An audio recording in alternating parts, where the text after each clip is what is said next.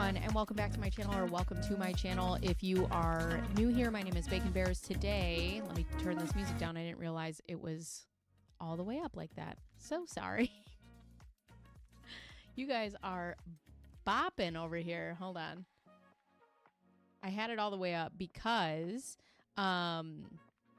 we are going to be watching some footage. So I wanted to make sure that it's all the way up, but it's throwing me off right now. Anyways, if you guys are new here, my name is Bacon Bears. If you guys are watching this back on YouTube or Twitch, and you're watching the VOD, this is unedited. This is, just us hanging out, live chat. I try to do these chats. I'm going to try to do them every Tuesday, but all the time, every Friday. So what we've been discussing is the Ruby Franke and Jodi Hildebrand case. Today, I would like to cover, we saw them getting interrogated-ish in jail. We have gone through Kevin Franke's footage. We've done a little bit of Ruby Franke's phone calls. So with the time that I have today, I would like to discuss Ruby Franke's phone calls moving forward, and then find a compilation online to talk about, hi, Jesse, to talk about why I think she is a huge liar. And she talks about a lot about how she was living in distortion, and she was, hi, Mr. Pike, and she was, doing these things because she was with Jodi Hildebrand. And I think there's a lot of proof before she met Jodi, that would make it appear otherwise. So that's what we're going to be doing today. We're going to be focusing on it. If you guys want, you can follow me on all social media platforms, which is Bacon Bears, all one word, 2 Z's. I am not on Twitch, or I'm sorry, I'm not on Twitter anymore, but I am on Threads. What else do I need to tell you? If you want to get into the Discord, you got to subscribe on Twitch. Other than that, I think that's it. Welcome, welcome. Feel free to share your thoughts, and let's get started. So, all right, let's turn off this music here. All right. We're going to finish the phone call. So as of right now, I believe she's talking to her sister. Yeah. And is that usually after you've already served some time then? The rest of your time will give you some good time, and you can go home in half the time. Or so I think that getting off on probation, I think looks like there's several different ways that could happen. Oh. Okay, so let me discuss this real quick before we move forward. This is her talking to her sister. This is her talking about Jodi Hildebrand. This is her talking about how, for some reason, she knows that the prosecutor is going to be neutral when it comes to her probationary hearing, which I don't know how she has that information. But she also said that the prosecutor is not going to be neutral when it comes to Jodi's probationary hearing, which also... I don't know why they're giving away that information. But anyways, in the beginning of these phone calls, she came out and she said that Jodi's an angel, Jodi's a saint, and that she sticks her neck out on the line, and that she, people keep turning their backs on her. And in this clip, 2 phone calls later, she is in fact turning her back on Jodi Hildebrand. So...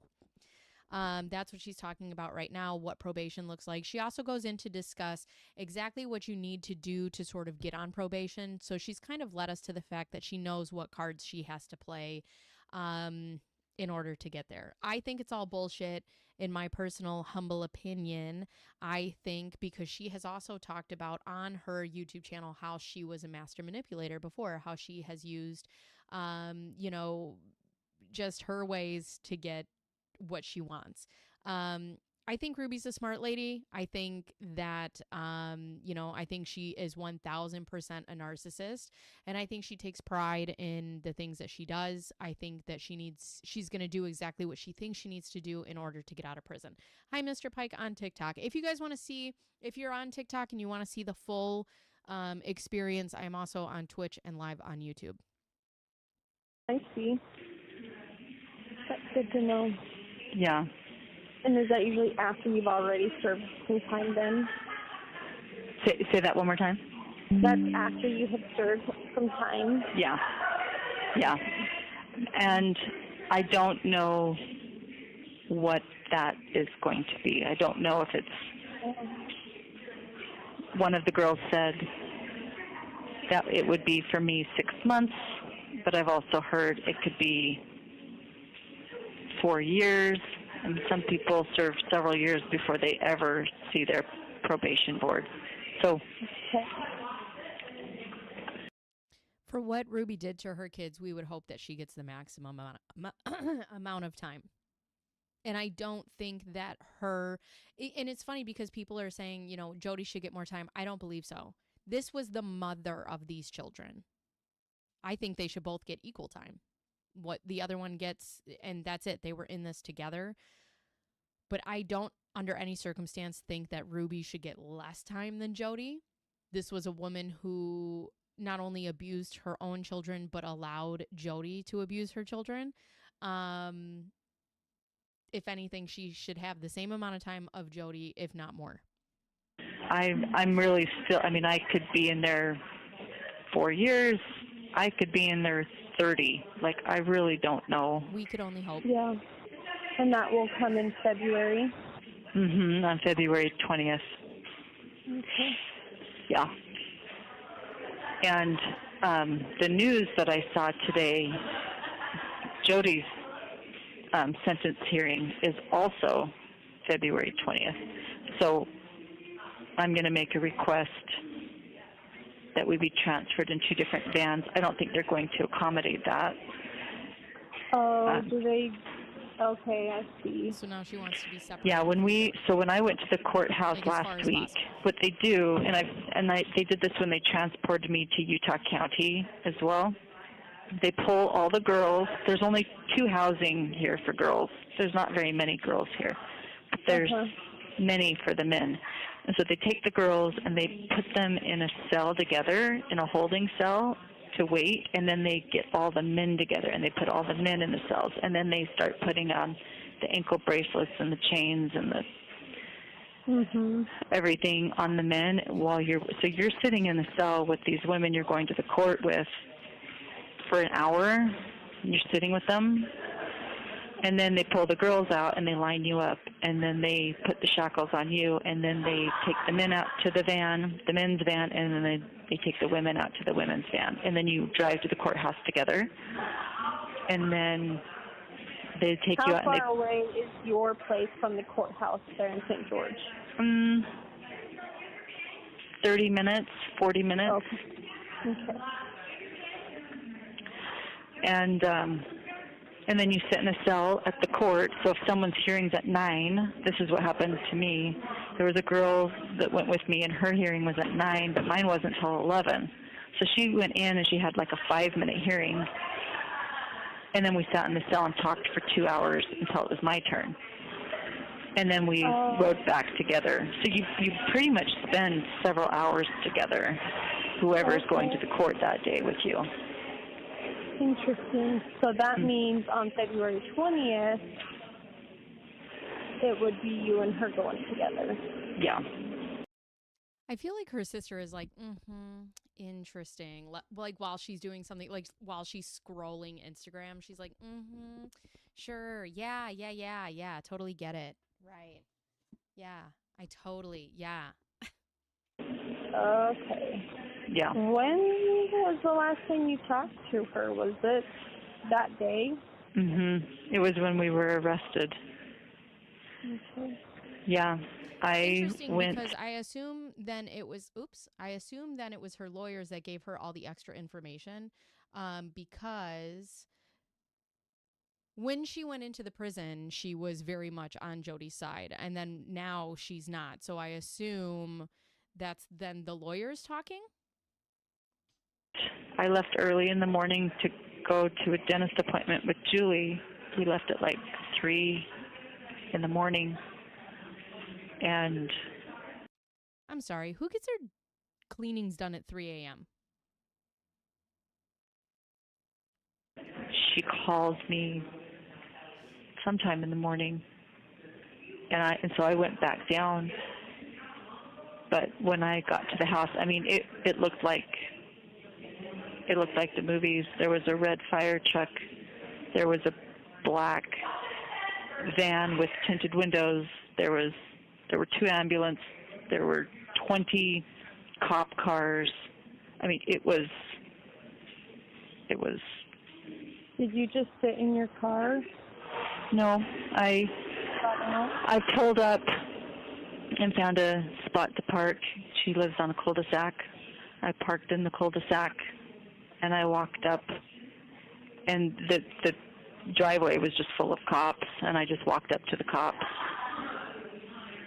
and they said, "Are you the mother?" And I nodded my head, and so they took me and put me in the casita, and I sat there for a couple hours. I just sat there, and then they were finishing looking through the house. Interesting to me. And I'm trying to play this scenario in my head. It's very interesting to me that she's like, "Oh yeah, I walked up to the house, and the cops were there, and X, Y, and Z," and then she comes into the house, and she doesn't say a word to them. She never says anything to the police. "Hi, Sue. How are you? I'm good." She never says anything to the police. She just sits down.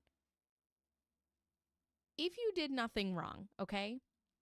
If I did nothing wrong, right? Like in my brain, I'm not doing anything bad. And I show up to my house and it's like the movies, right? And there's police cars and firefighters and SWAT teams and whatever. I'm going to run into my house and be like, "Why is everybody here?" But she knew. She knew why they were there, which to me is like an admission of guilt without admitting it out loud. Like, you don't have to say the obvious parts out loud in order for people to get them. You walked up, you knew exactly why they were there. Some stuff, I think, and some of the guys were coming in and out with pizza, and so I think Eve was still there because the ambulance car was there. I was eating pizza with the police, and then once the kids were taken in the ambulance cars, then. Cragen, thank you for subscribing for 17 months in a row. Thank you, thank you, thank you, thank you, thank you. I don't know why my alerts didn't go off. Maybe they did and I just can't hear them because I'm the worst and I don't know how to stream. Professional streamer. Thank you. Oh, I just pressed K on the wrong thing. The detective came and patted me down and arrested me, and then took me to the courthouse for questioning, which I didn't. And I'm glad I didn't say anything because Lamar was really helpful. Like, if you ever get arrested, don't say anything. I just didn't say anything. And she was like, "How did you find Lamar? Was he just assigned to you?" I just didn't say anything. It's best that you don't say anything. Never once again asking about her kid. Where are my kids? Where are they going? Because she doesn't fucking care. Because she doesn't care. You coincidentally, or did you?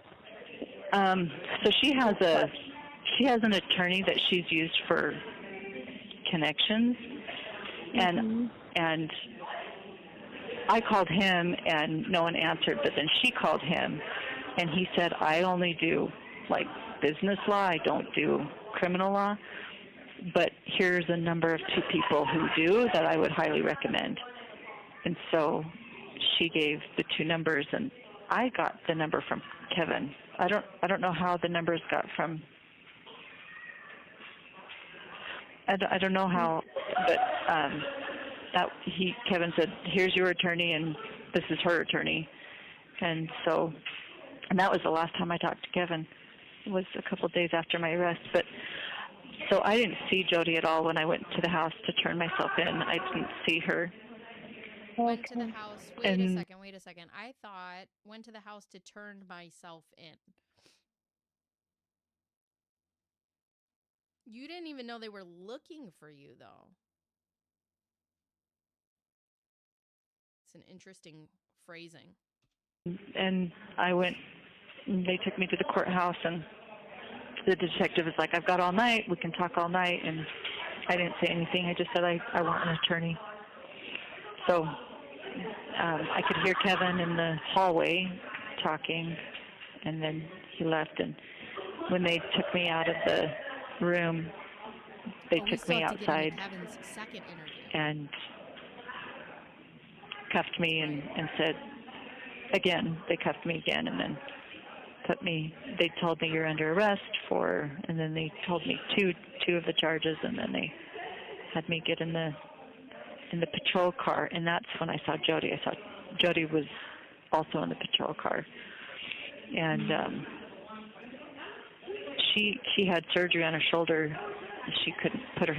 Which is so interesting to me. If they were in cahoots together, it's, oh, thank you, Mr. Baldman. Thank you for sending the lightning. I don't get like audible alerts, but thank you for sending that. I really appreciate that.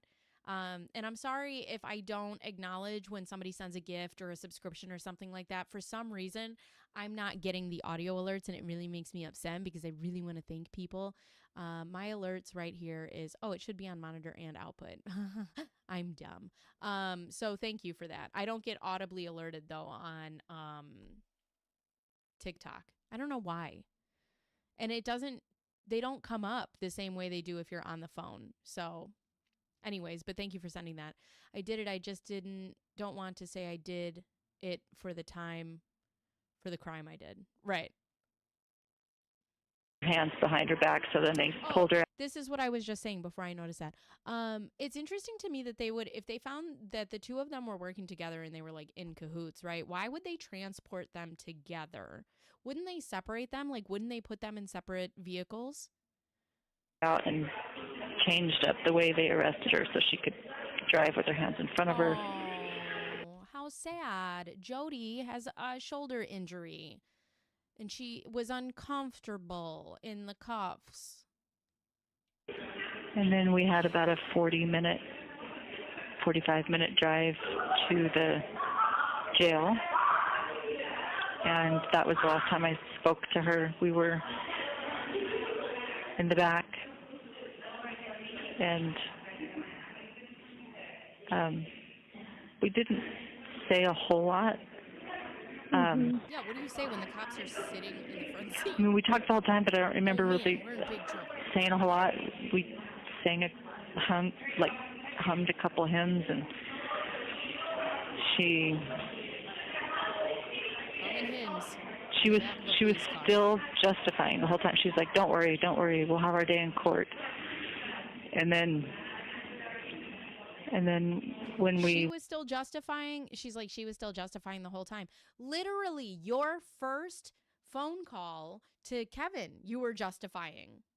People don't understand. Adults don't understand that children can be evil. You understand what it's like to, have to fight the evil that's inside of them. She was literally justifying. Oh my God. Is she aware of like any of the words that come out of her mouth? A hurricane. We're booked in. They put us in separate cells, and we've been in separate cells ever since. So. Okay.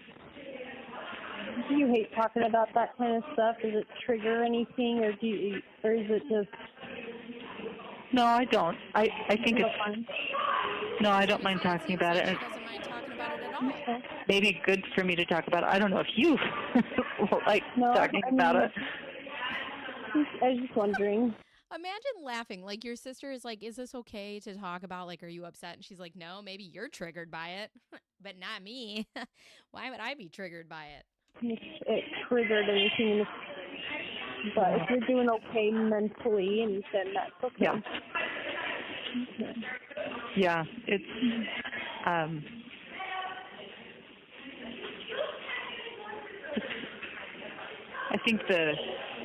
I think putting the pieces together and just seeing, like, she knew she was lying the whole time. Like, and it's embarrassing too to like repeat it. It's like, oh my gosh, how gullible was I? Oh my gosh, how much? How gullible were you? Which, this is where I start to call bullshit, because there are compilations of compilations where we will get into it after this. But there is footage, flat out, of her abusing her children before Jodi even showed up into the picture. And for her to be like, how gullible was I? How gullible are you? That a woman could talk you or coax you into abusing your children. And I don't think you needed much coaxing because you were doing it before she even showed up. The power I gave this person, and I didn't see it. The power I gave this person when all you wanted to do was control your kids. Okay. But when I realized, so she had, her attorney's name is Doug. And also, I love that I'm embarrassed that I allowed this person to take control and I was gullible. How about I'm embarrassed of the way that I treated my kids? How about I'm embarrassed of the hurt and the pain that I put them through and the life that I forced them to live? There is nothing about her. She never talks about her kids. She never discusses them, any of the issues that they might have, the trauma that they might have. It's all about her, how traumatizing the experience is for her to be in jail, how, nobody understands me, and how, how I was gullible and I was taken advantage of. And it's just, ugh. Terry and mine's Lamar. And Lamar, maybe a month into it, he's maybe not even that long, he's like, Jodi denies everything. She denies having anything to do with this. And I was shocked. I was like, what? And I'm still telling Lamar, like, all of the justifications and all of the, I'm talking like a criminal. I sound like a mad person. He was so patient with me. He was so patient with me. He would just look at me and like kind of dumb. So she was upset that Jodi was justifying in the back of the police car. And she literally just said, I was telling Lamar, the lawyer, all about the justifications on why I was doing this. I sound like a crazy person. You and Jodi are the same person. Okay? It's a Twix. There's a right and a left, and you both suck. Except Twixes don't suck. I like them a lot, actually. But that's because I really believed it. But then when I heard that Jodi was not talking like that, she was denying the whole thing, it told me she knew all along. It's like a little. It's because I really believed it. But when he told me that Jodi denied all of it, then all of a sudden you can't just unbelieve something like that. If you are truly brainwashed, you cannot just be like, oh, there it is. Little kid who doesn't know it's wrong to pee in their underwear, like they don't know, they're not embarrassed by it. It's like, oh, I was supposed to pee in the toilet? Oh, oops. But you get a 6-year-old, you get a 6-year-old who knows they're supposed to pee in the toilet and they're peeing down the heater vent. They're going to try to hide it. Mm-hmm. And that's when This is the oddest analogy. I realized she knew all along, and she's hiding it. And then I was like, crap, what am I done? And that's when things kind of started turning. I was like, she's not been honest. I didn't know she wasn't honest. I didn't know she would lie. And then it's like, what else has she been lying about? Where else have I been deceived? Yeah. Mm-hmm. What was that? Oh, no, I was just, agreeing. Yeah. Nothing. I was just doing anything else. Yeah. Yeah, and it was just like the little string that started pulling apart this fabric. I'm like, oh my gosh, what have I done? Like, what? What have I done to my kids? What have I done? I can talk about it now. Yeah, go ahead. Lamar was just very, very kind that day that we met with him. It was very kind and just visit with us. Oh, like miraculous. Yeah. He and his wife. Mhm. Yeah, he had a way of like he didn't beat around the bush. Like there were sometimes he would say things that were shocking to me. Like he would like repeat what I said, but he would say it in a different tone so I could hear myself. And he's like, is that really what you think? And I'm like, oh. And he would, but then there were other times that. You have 1 minute remaining for this call. Do you want to end the call, or do you want me to call you back? How do you want to? We can end for today, and then we can always talk again. So. Yeah. I'm just really glad that he's there to kind of help you through it, and. Mhm. Yeah. Well, that first night I was in the jail, I just felt really strongly like, I'm sending you help. Help is coming. Yeah. And I just felt like that was Lamar, and he's been very, very helpful. I'm grateful for him. Well, that's what we've all been praying for this whole time. So I'm glad that even it's a different kind of help, but I'm glad it's finally here. Me too. Me too. I'll take it. Like, I hate this, but I'm taking it. Of course. Of course. Yeah. I hate this, but I'm taking it was good to talk to you. You have exceeded the allowable time for this call. Goodbye. Okay. So let's watch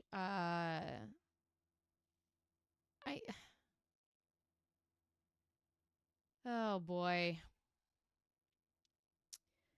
Okay, so one of the things that I wanted to do was I wanted to watch a compilation of before she got hooked up with Jodi Hildebrand, because she talks now about how Jodi has like misled her, but there is so much proof that she put up on her 8 Passengers channel of her abusive tendencies. I think once she got hooked up with Jodi, they were amplified. I think she was justified, and I think she found someone to egg her on to do even worse things to her children. But I also believe that she was abusing them way before Jodi came into the picture. So we're going to find that. I'm just going to turn this off so you guys can't see my camera real quick, and then we're going to get into that. Give me 1 second. So let's look at Ruby Franke compilation. Also, I didn't know this. I just found this out in a video. If you guys want, I can link it in the description box down below. There is a girl named Haley Elizabeth that does a lot of like true crime on YouTube, and I was just listening to her deep dive on this, and it is an amazing deep dive. So many details.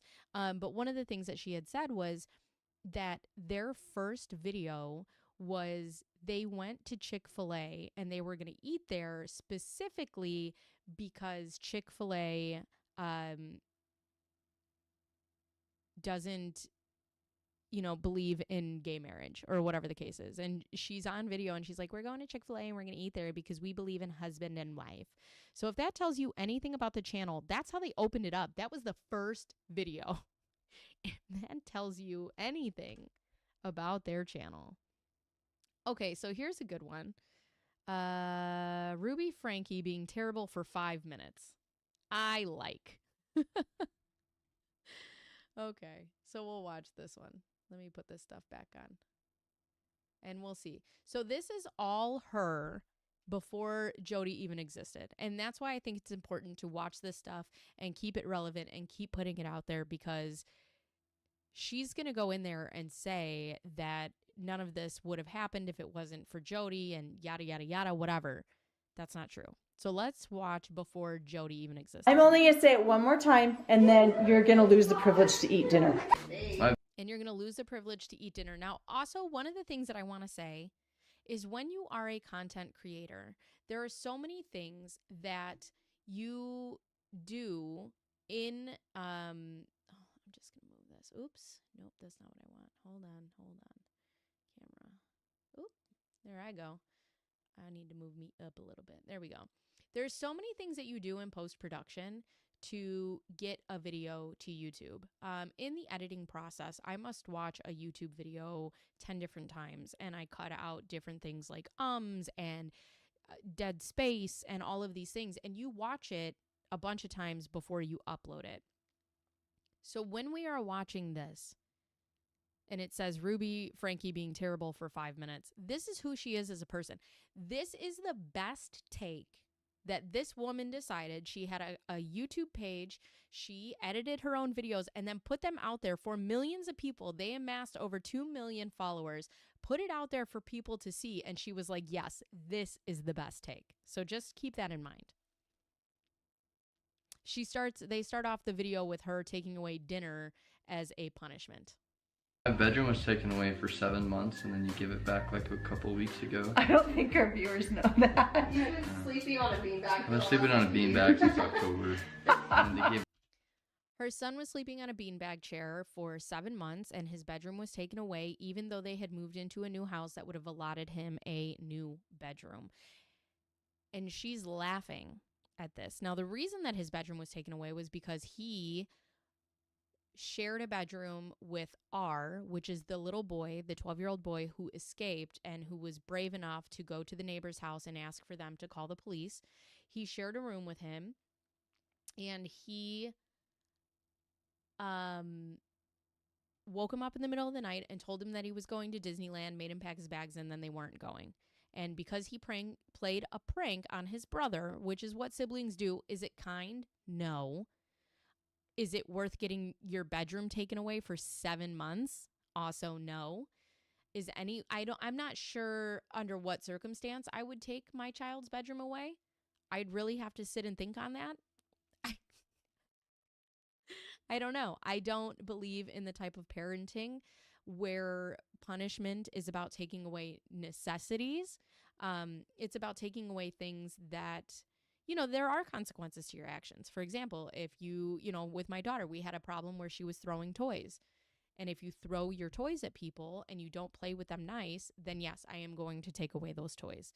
But never did she throw toys and I'm like, I'm going to take your dinner. Hi Tracy, I think you're trying to say circumstance. Yeah, I'm trying to think. I don't know what my now mind you, I have a 4-year-old daughter and an almost 8-year-old son, and I don't know what circumstance there would have to be. I don't think taking necessities away is a proper punishment. I don't think that you should ever use food as punishment or reward. That's not true, because I use it to do use it to reward. My daughter will be like, "Can I have candy?" And I'm like, "Hey, if you do what you're supposed to do, yeah, we can have some candy." That's probably not right either. But I'd never use like your dinner as a punishment. Oh, and also I love the fact that she's sitting here on video as everybody is explaining that her son's bedroom was taken away, and she is laughing and relishing in this moment. You know who does that? You know who laughs at your pain? Bullies. my room back like 2 weeks ago. Oh, I'll give you the reason why I lost my bedroom. I think so. I think this is the reason. At least this is the reason that's been in my head. It's pretty funny, but now that I look back, I mean, it's pretty depressing. No, we never told our viewers. That I woke Russell up at 2 in the morning and told him that we're going to Disneyland and he has to pack. And he got up and made his bed all neatly and then... And she's laughing, and the other kids are laughing, so everybody thinks it's funny. It's a harmless prank. But she thinks it's funny, yet still took his bed away. Packed all his clothes in a suitcase, and then he walked out the door, and I'm like, Russell, he's like, what? And he's all happy, has his sunglasses on.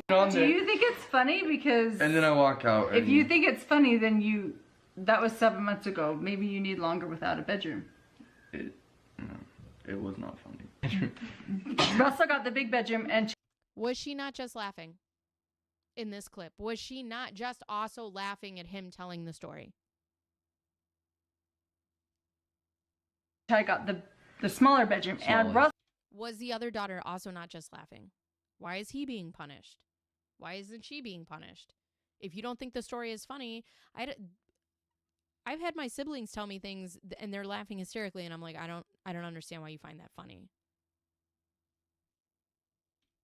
Russell's bigger bedroom also had a bathroom, But what you guys didn't know was Chad didn't get any room. He didn't get anything. He was sleeping on the floor in the family room. Abby, we took the phone away from Abby in November. Oh, and I just don't know why. you may never get the phone back. Probably not. No, I have no friends.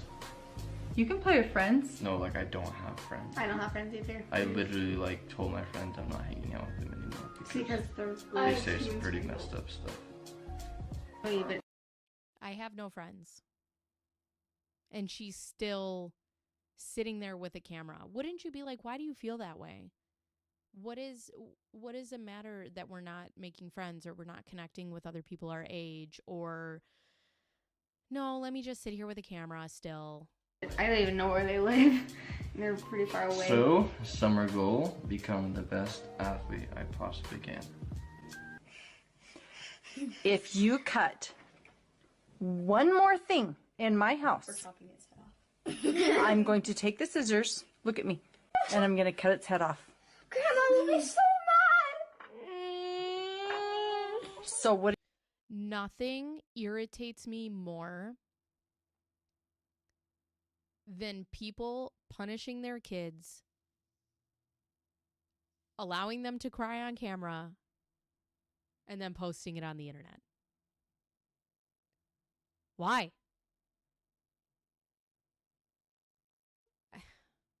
Also,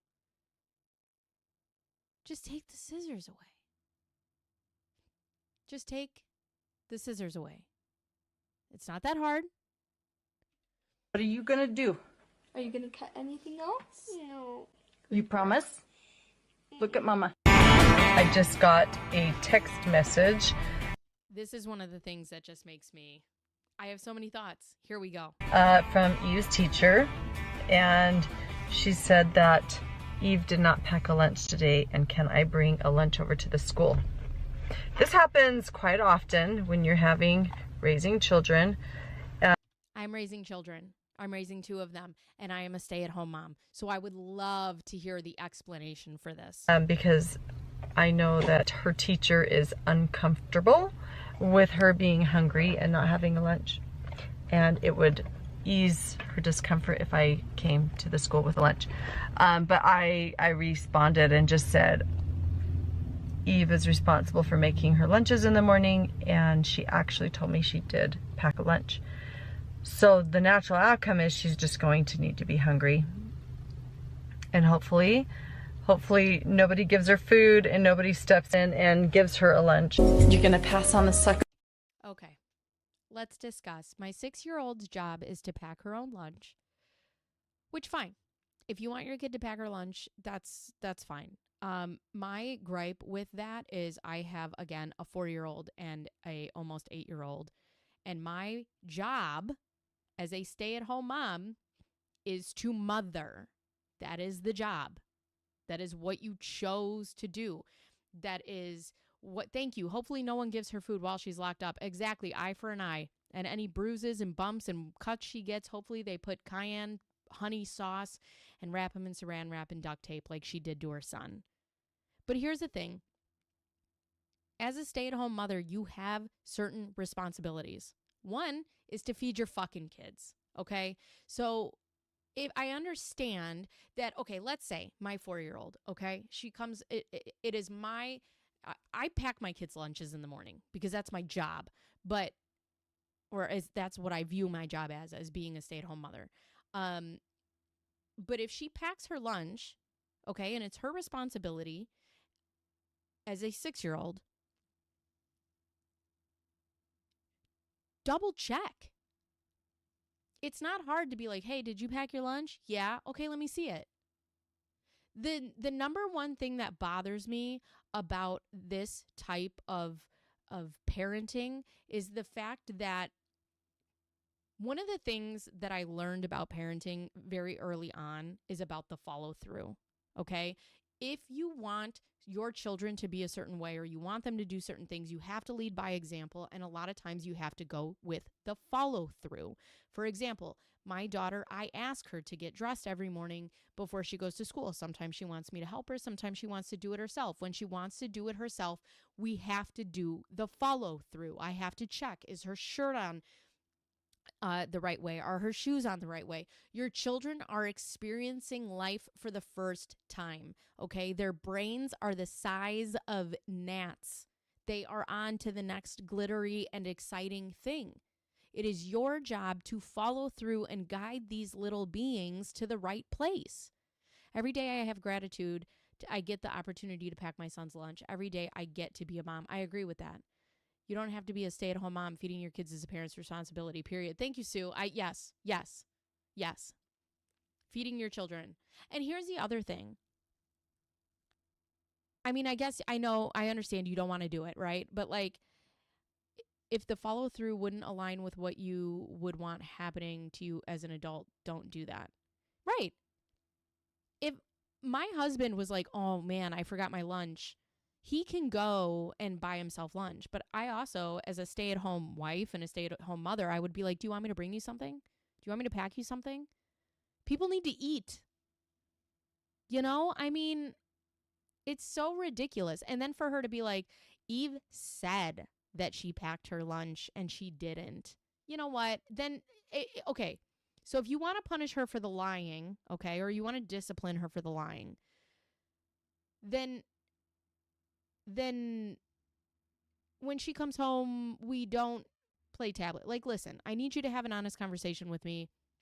Whatever. I don't even know how I would discipline this. I wouldn't discipline it because it's a fucking mistake. Kids make mistakes. Okay? Imagine being bullied at home and then at school. The kids have no safe place. They didn't. Teach responsibility, but teach compassion too. Exactly. And that's the thing. Like, you know what? I'm 38 years old. I can't tell you how many times I have walked out of the door without my lunch. Okay? And I'm an adult. But I also have the means to go and buy myself a lunch. And the other thing is for you to sit there and be like, to ease the teacher's discomfort. It's not even about the teacher's discomfort. It's about your kid's health. Your kid is in school for 8 hours. She should get something to eat. They are children. They are growing.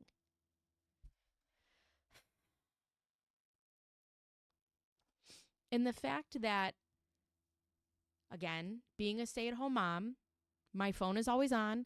The schools call me. The kids are my first priority. What do they need from me? Is it my job to go and give them what they need? Give them a hot lunch. Bill it to me. I'm trying to fight crazy with logic, but you know. I've had enough brownie for a lifetime. I really don't need one. Once you hit 99 pounds, you don't need any suckers anymore. You're too old. You're too big. I just had a lot of brownie. He's the bed maybe like once every 8 months. Like it's been a Oh, I didn't know she was body shaming them as well. Hi, Amanda. That's nice. That's nice.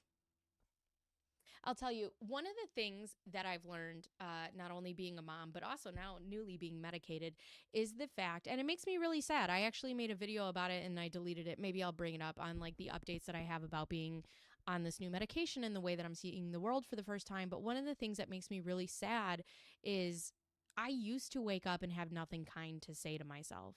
But because my daughter existed, I wasn't allowed to say those things out loud because I didn't want my daughter to think that was acceptable. And my daughter thinks that I'm the most beautiful woman in the world. She tells me all the time, Mommy, you're so beautiful. Your hair is so beautiful. Your face, your eyes, all of these things.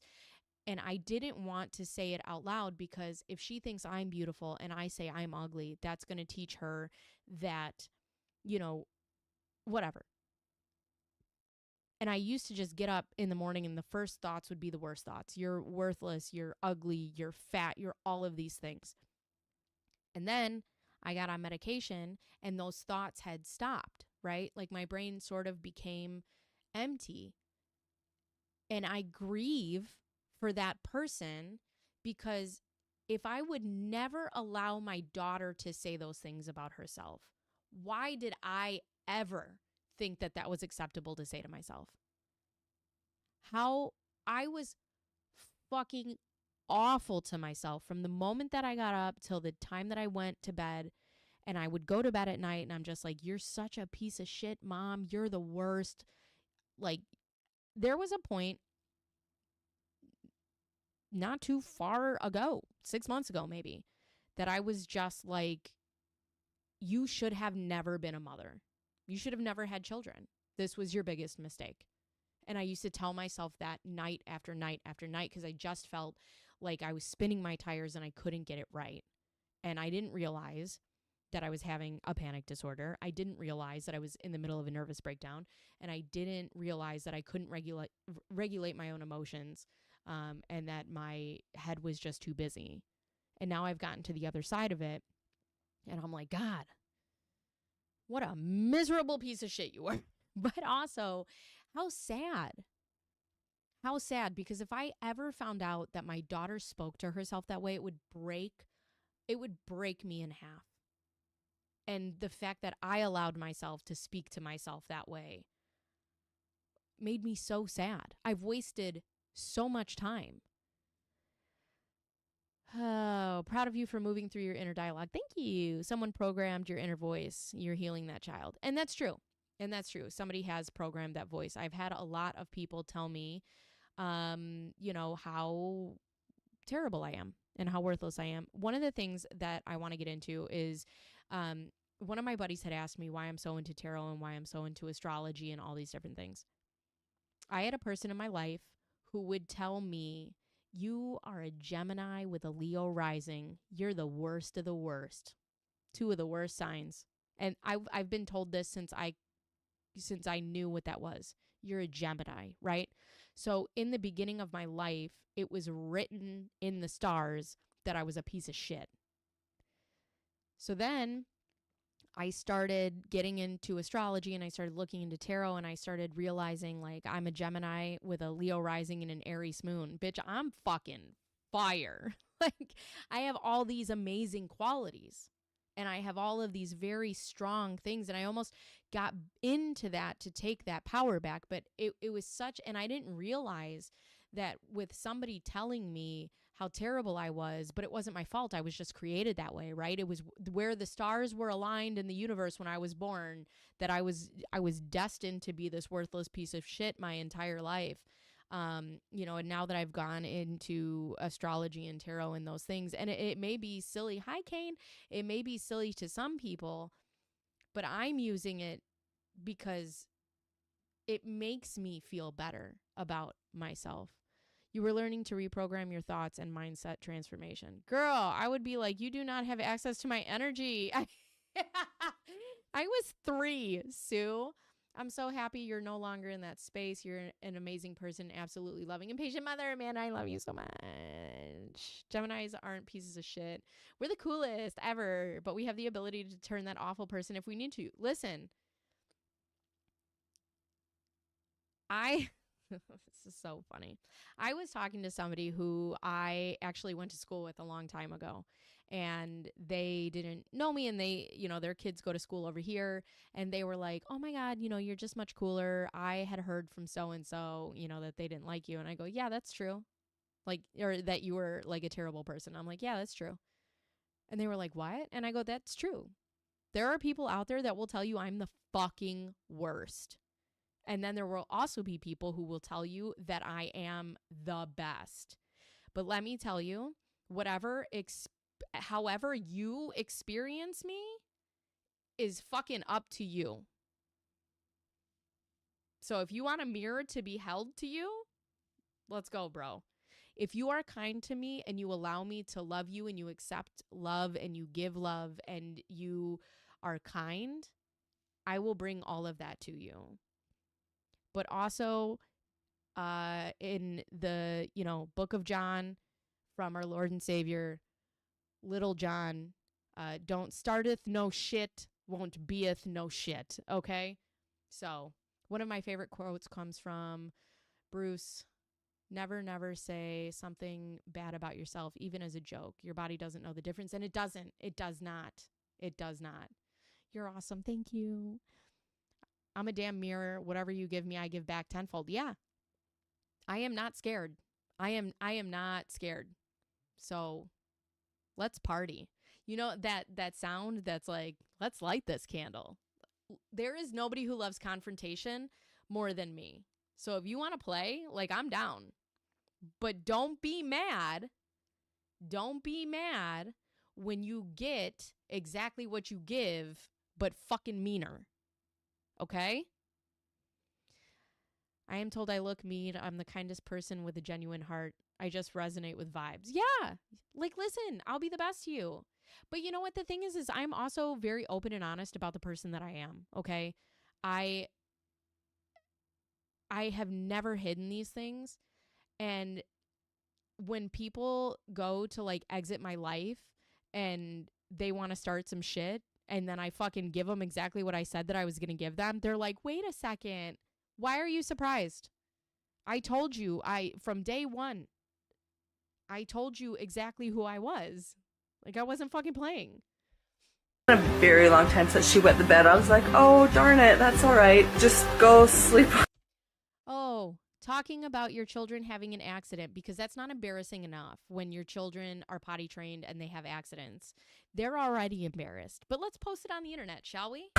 On the floor in the bathroom. I have been a masterful manipulator. I have manipulated using sex. I've manipulated using external rewards. I have wanted. You know what's so unfortunate too is because I find her to just be such an ugly person now. She really is so pretty, like her outside being. That's unfortunate. I don't know why. I mean, but she just, she comes off as a pretty human being, and she's the worst. Wanted something, and I'm going to get it no matter. Sorry to tell you this, honey, but unless you find a friend who's willing to share some of their food with you, I don't think you're going to be able to eat. But if you're not responsible for your lunch and your lunch money, that's the natural consequence. And I'm really sorry you're learning this the hard way. I will have... Yeah, well, if you're not responsible for your kids, this is a natural consequence. I'm sorry you have to learn the hard way. They tell me I look sweet and innocent. I tell people, but I know how to shadow box.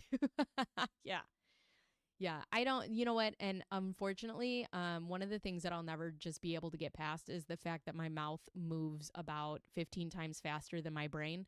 And sometimes I can't stop it. But the good news is I'm fucking funny. So, sorry. Have a wonderful, yummy snack. Just hang in there today and just make up your mind. You're going to be really careful and make sure you grab your stuff when you go to school next time. I agree with that statement. It's so crazy how a mom can treat their child like that. Yeah. There's a difference between a mom and a mother. This woman is not a mother. This woman was a house for 6 children. That's about it. And maybe you have a good friend who will share some of their sandwich with you or something. Russell, I'm really sorry. Maybe you have a good friend that'll... maybe you have a good friend that'll share some of their sandwich with you. Maybe you could just be a good mom and give them a sandwich. Exactly. And she's just sitting at home. But here's the other thing. Did you catch who that was that she was speaking to on the phone? Yes, that was Russell R. That was the little boy at 12 years old who went out emaciated to the neighbor's house. This is pre-Jodi. This is her using food as a punishment before Jodi. This is not just Jodi's fault. You're a bitch. This is why I'm crocheting, because if not, I'll punch my screen. Okay?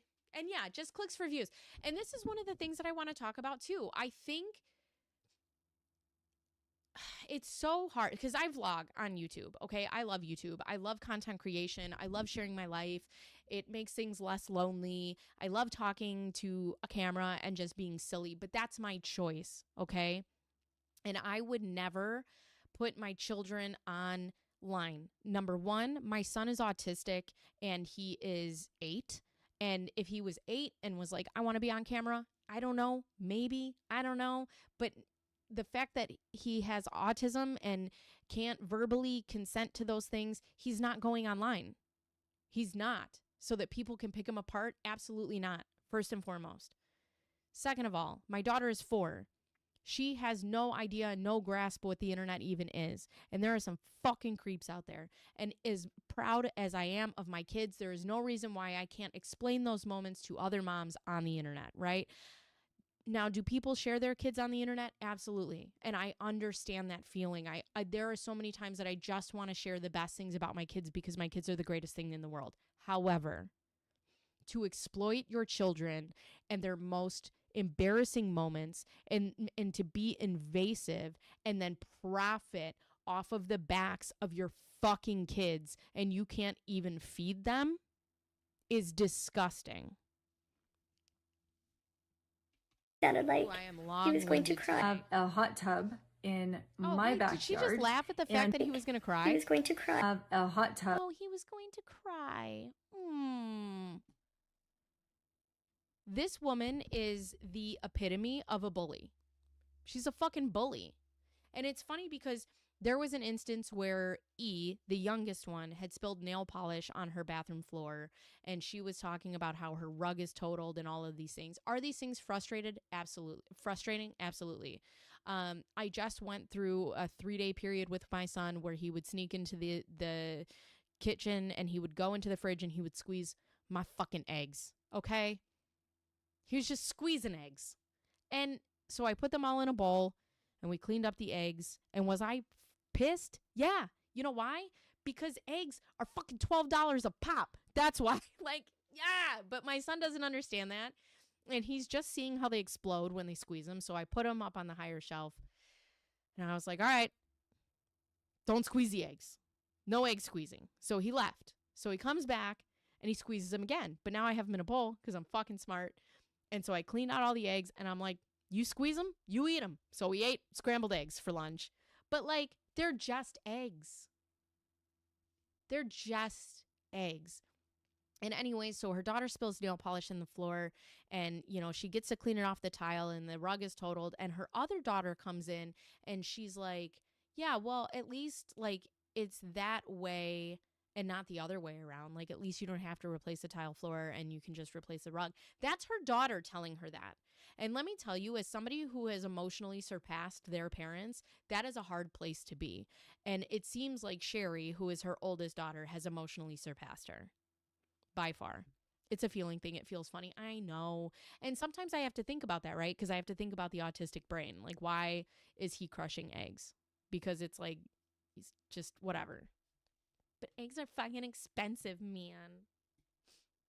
In my backyard, and because it's in my home and it's on my property and I paid for it, it's under my jurisdiction. I have stewardship over. Okay. Let me tell you about this. I also grew up in a house that was like this. This is mine.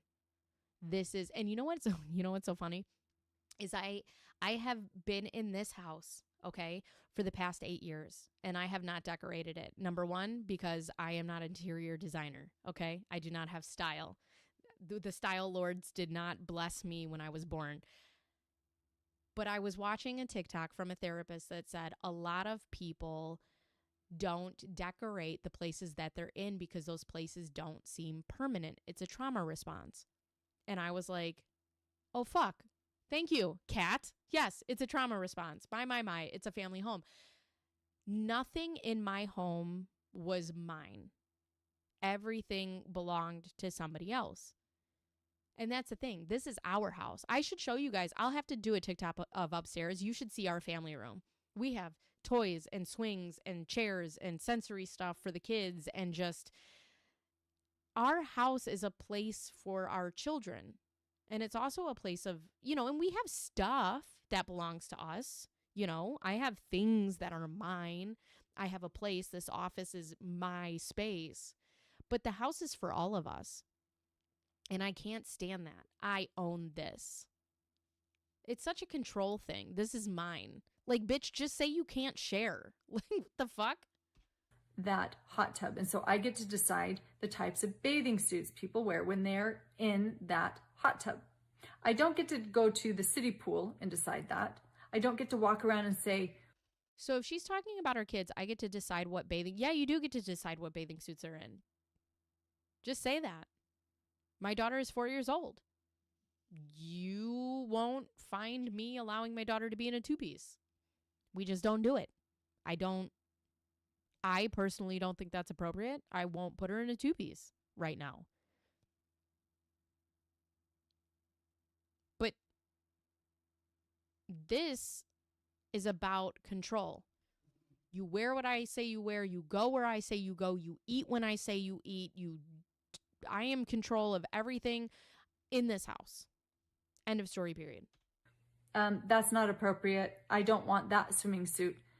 I don't get to do that because it's public property. It's a public pool. I do get to decide what comes into my home. And I have decided there's no bikinis. And so if someone comes over with a bikini, wait. So she's telling other people they can't come over with bikinis. Oh, that's funny.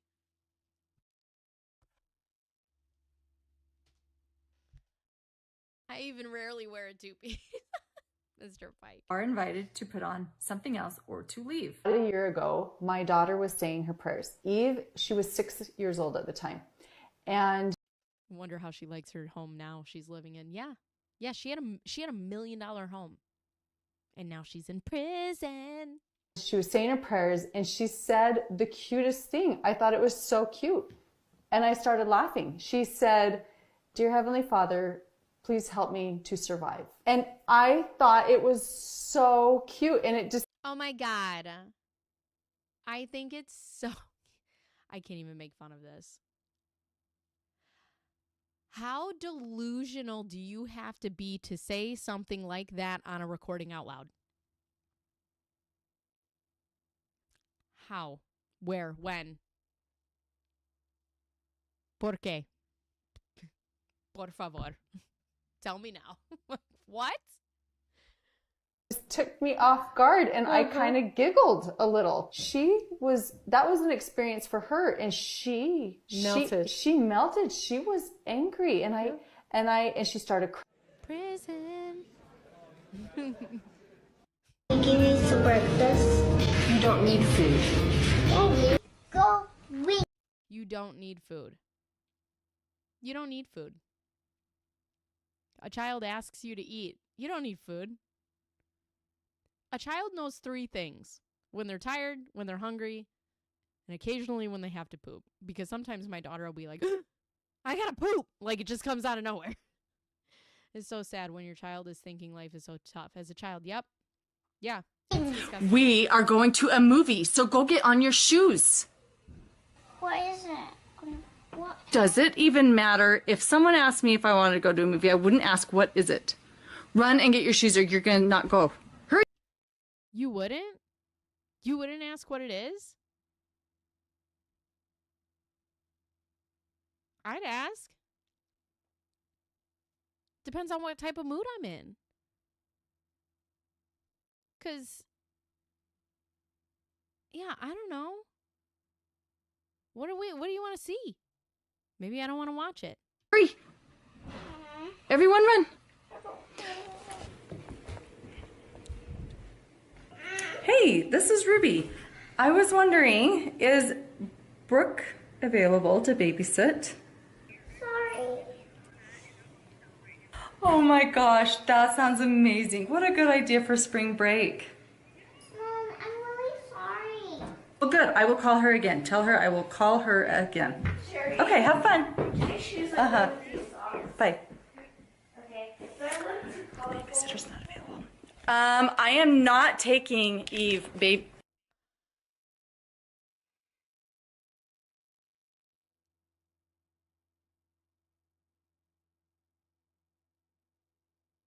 Eve, unless you come and give me a huge apology.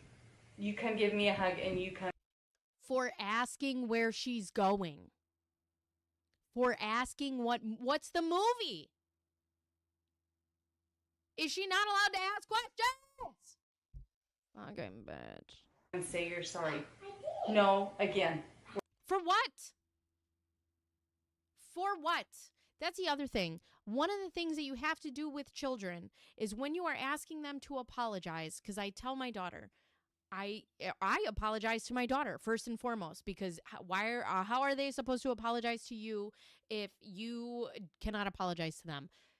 When you are talking to a child about an apology, it is important to make sure that they know what they are apologizing for.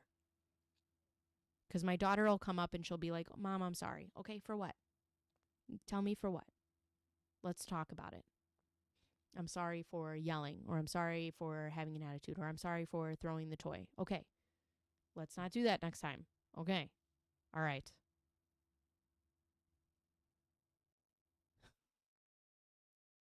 Where I can pay attention.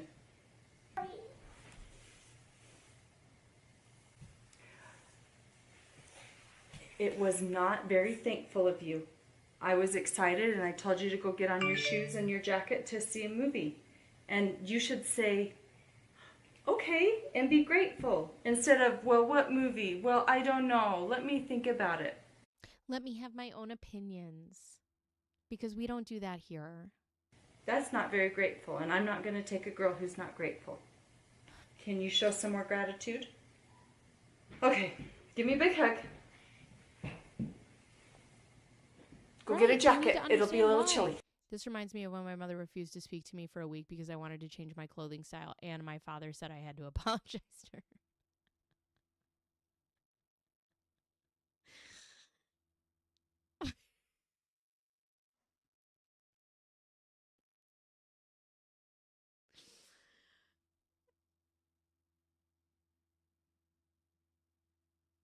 You know,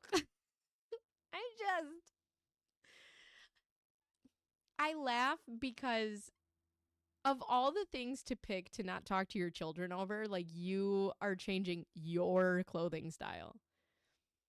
That's amazing. And thanks for inviting me to the movie. Oh, I'm glad you had a change. Do you know what mating is? Oh, I'm glad you had a change of heart. What a narcissist. Tell me how great I am. Tell me how grateful you are for the things I'm doing for you. God, she's like every fucking ex-boyfriend I've ever had. No.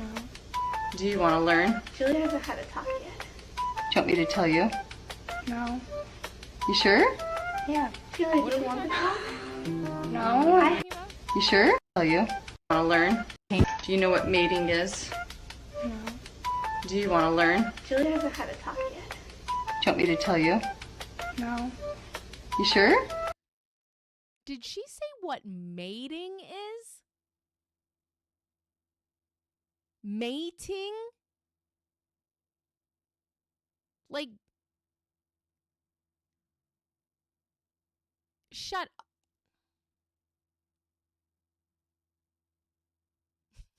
I can't with this fucking bitch. Yeah. Julie, do you want to talk? No. I had it at your age. I don't want to talk. Why? You gotta have it. I am going home to my sweet. Imagine your parents explaining to you what the birds and the bees are and holding a fucking camera in your face. Although if you're my age and you're 38, hold on, I want you to take a ride with me, okay? Imagine your parents giving you the talk while they had that fucking VCR. You remember those cameras they used to have where it was like this big and they'd have to be like this? Be like, hey, you guys want to learn about sex? They didn't have vlogging cameras when I was like 7 or 8. They had these like, they had a VCR that would pop out and you'd put the tape in and you put it back and you like press record and it had the big long like boom mic coming out of it. Gross. Yeah, the shoulder mounted cameras. It's like, hold on, let me get this thing in focus real quick. Double back on the VCR. Somebody tapes over it. Oh, shit. Children, I cannot wait to hug them and to smell them and to lick them. To leave the house clean, and my kids are literally starving. I hesitate to say this because it's gonna sound like I'm like a mean barbarian, but I told the kids, I said, I'm not even gonna let you eat breakfast. until you get your chores done. You know, people used to be... You know what you could do is like feed your kids breakfast and then help them do their chores. What? So that's the other thing I want to talk about, chores. Licking what? Yeah, exactly. So my daughter and my son are both responsible for cleaning up their stuff. A lot of times they'll start things, but we have to help them finish. Again, it's about the follow through. Feed them breakfast, go help them with their chores. Like, just because you had kids doesn't mean you just get to stop parenting. I was a child who was raised in a house where responsibilities were put on a child way too early. And I had responsibilities that were put onto me without anybody ever showing me what those things were. So I just didn't know how to do them, but I was expected to do them. And it's so amazing to me that people will be like, I'll tell my daughter, go clean your room. And then she would go clean her room. And it wouldn't be up to my standards, but then I didn't know what those standards were. Wait, okay, sorry. I'm mixing two stories together. I'm using my daughter as an example. If I tell her to go clean her room, right, and she goes to clean her room, and then she comes out, and I go in there, and it's not the way that I would clean it, I cannot punish her if I have not shown her what the standards are. Also, she's 4. A breakfast is the most important meal to a growing child. Yeah, any meal is, Shelly. Honestly, any meal is important to a growing child. My hands are covered in scars from doing dishes and breaking them constantly because I was literally like 4. Yeah. But you have to, and that's the thing, right? Like my kids have age appropriate chores. So we clean up our toys after ourselves. We put them in the right bins. We make sure that our shoes are in our rooms because I like to do their clothes, get their clothes ready the night before they go to school. My daughter helps me with the dishes. She unloads the dishwasher, gives the dishes to me, and I put them away. One of my daughter's chores is when we leave the house, she is to put the dog in the crate. My son, one of his chores is bringing the recycling bins in from the house to the garage where they belong. But these are age appropriate chores, and I still have to follow behind them to make sure that they know what my expectations are. Like my son will bring the bins in from the street, but then he like drops them at the garage, and it's like, no, come on. Let's keep going. Let's put them in the space that they're supposed to go. And you show him enough times, like, hey, let's keep bringing them. Now I can be like, hey, buddy, go get the blue bins. He goes and gets the blue bins, and he puts them where they're supposed to be. Because I showed him what the expectations are. You have to show them. And even, guess what? Sometimes they forget because they're people. What about second breakfast? I want a second breakfast. Also have to help her maintain those standards if those are our standards. Yeah. Oh, here's where Jodi enters the picture. Fuck you. Retarded. And there was no negative connotation to that. What? But someone or some group put... Until you get your chores done. You know, people used to be called retarded. And there was no negative connotation to that. But... Then why would you call them that? Oh, I have a lot to say on this. I have a lot to say.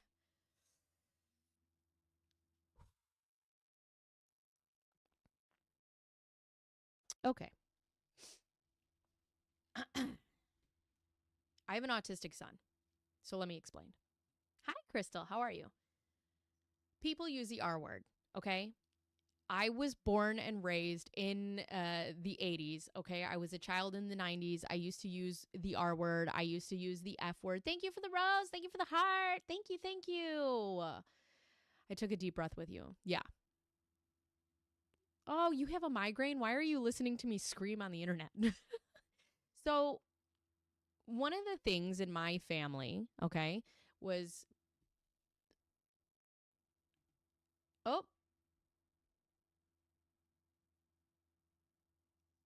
Somebody flagged me for hate speech. Because I adore you and I want to be here. Okay, I'll try to be quiet. I don't mean for it to be hate speech. We're watching this, but one of the things is some people in my family used to use the R word, okay? And I have a son who's autistic. And one of my family members' friends had asked me, does that bother you? And I said, I know that it's not directly, I know how they're using it, right? They're using it because they use it as you're dumb or you're stupid or whatever the case is. That's dumb. That's stupid. But they use that word. So I understand why they're using it. Is it okay? No, because yes, it used to have a negative connotation with it. That's why children were called that, because they were lesser than, or they weren't as smart as, or they weren't equal, okay? Neurodivergence was not equal. That's why they were put in back classrooms and ostracized. That's like people like myself who went to grade school 30 years ago did not know what autism is. I have an autistic son now. I had no idea what it was, because instead of embracing it and blending kids together, we just ostracize these kids and put them in a back classroom somewhere. So, when you use words like this, I understand, as someone who is raised with that vernacular, right? I understand why people are using them, so I don't take direct offense to them for my child. However, I know that at some point in my son's life, somebody is going to use that word towards him. And then he is going to hear somebody that he loves using that word, and he's going to think that they think that way about him. And my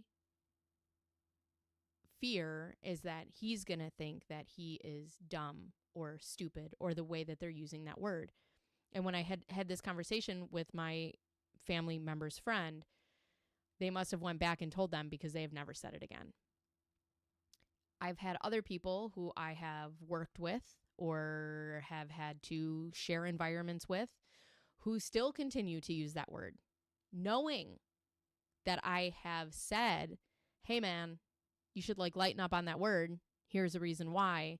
But it's so deeply embedded in their vernacular that they can't stop. They don't even know that they're saying it. And that's hard too, because I have to pick and choose my own battles, right? I don't allow my son to be around those people. I think that if you can't look outside yourself to be like, hey, I shouldn't say that fucking word, let's not, then we just don't need to coexist in the same place, right? But anyways, whoever does it, so you don't get into trouble. Yeah, we'll just trade. But for her to sit here and say that people used to use that and it didn't have a negative connotation, what kind of connotation did it have? Now, I will tell you that is a musical term, and it means slow. I believe the musical term is ends with an ando, and it means to slow down. And I know this because I have a cello sitting right there, and I was in orchestra for 18 years of my life. So I do understand that. But then you've taken that word and you've used it against people who you have deemed slow. Do you see how this works? Anybody?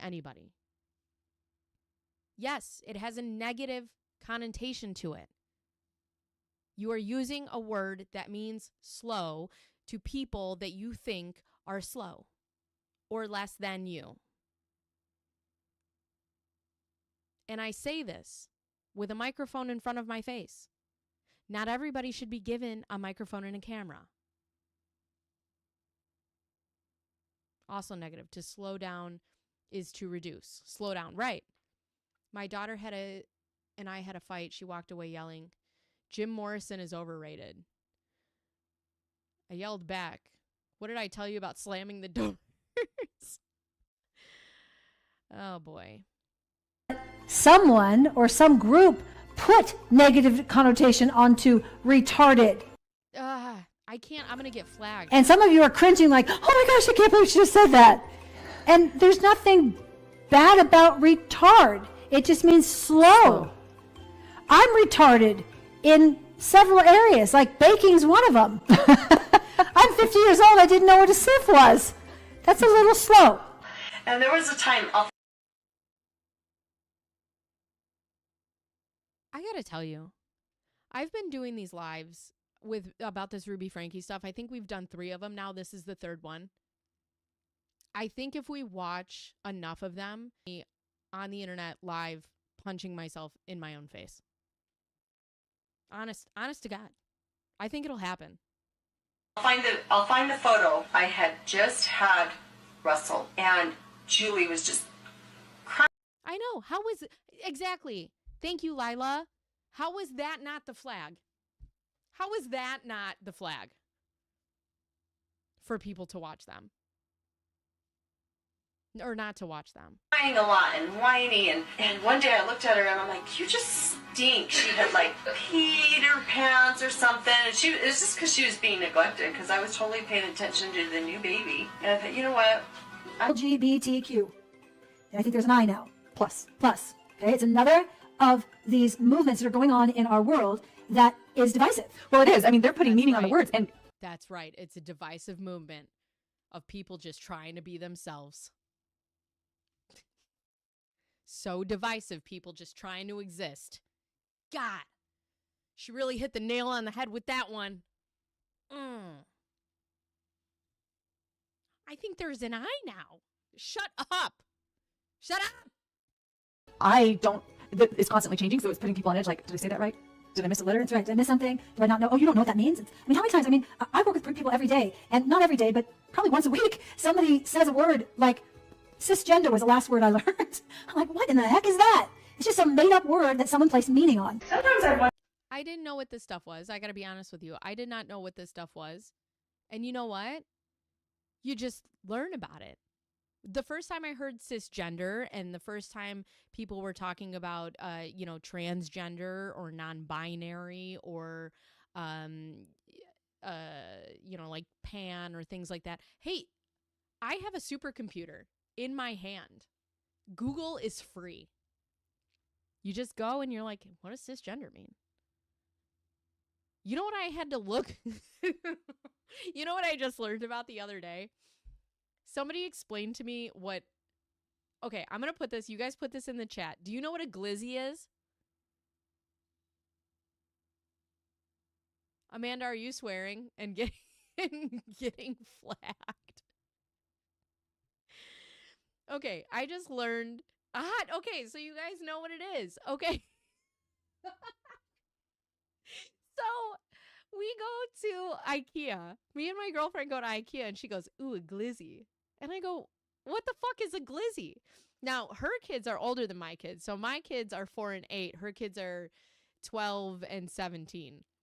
And she goes, girl, you don't know what a glizzy is? And I was like, no. And she goes, it's a fucking hot dog. And I go, you can't just leave hot dog? Whatever. But I mean, it's just as simple as I could have gone on the internet and be like, what the fuck is a glizzy? I don't know what the fuck a glizzy is. I don't get all these, I don't know. My sister is 15. She says stuff and I feel like she's speaking a foreign language. Like, and then everything ends with with one of these. I'm so old. Oh God. I wondered if I should, get rid of my kids. I would not object. No, you want me to send you away. Sherry's like, oh no, don't hate me. Give me to a new owner. It's funny because her Chad, her oldest one, and Sherry, the one that was on there now, they're all estranged. So that was my motivating drive. It is my motivating drive for creating this content. I was a hugely disconnected, selfish, aggressive, neglectful mother. Entitled. I wanted my kids to be happy, which AKA translated into, I want my kids to get off my back because I want to do what I want to do. I want to be able to go to Target. I want to be able to shop. I want to be able to have a moment of silence where I can just think. It was all about me. And I made my kids responsible for that. And so I allowed them to have what they wanted. Nabisco? Bitch, you didn't let them eat. I wanted them to be happy and get what they wanted, so they got off my back.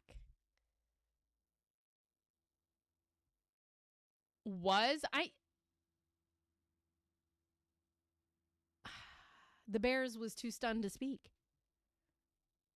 I have a word to say. Your Oreo cookies, the last 3 packages I purchased, get a thumbs down from me because you have changed your recipe or you've changed the technique. You know what this reminds me of? Have you guys ever seen White Chicks? When they're like, I'm going to write a letter. I am a white woman in America. Our router is on the lockdown for so many things. Oh my God. And how you do your cookie. I'm only going to say it one more time, and then you're going to lose the privilege to eat dinner. Okay. Oh my God. I can't anymore. Okay, let's go to Kevin Franke's second interview. Kevin Franke, second interview. Let's watch it. Let's watch it. Let's watch it. Yeah.